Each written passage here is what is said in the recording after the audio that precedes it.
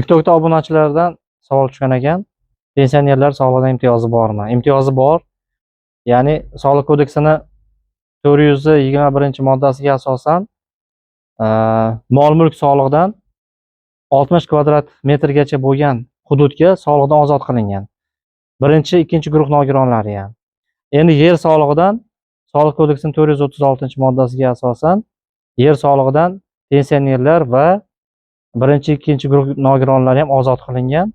Buning uchun talablar shundan iboratki, uy-joy nima nomida bo'lishi kerak? Pensioner nomida yoki nogiron nomida bo'lishi kerak.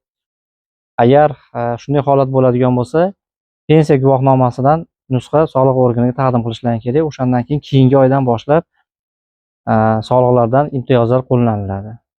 Agar sizda savollar bo'ladigan bo'lsa, kommentariyaga yozib boring. Keyingi efirlarimizda biz TikTok orqali uzatib boramiz.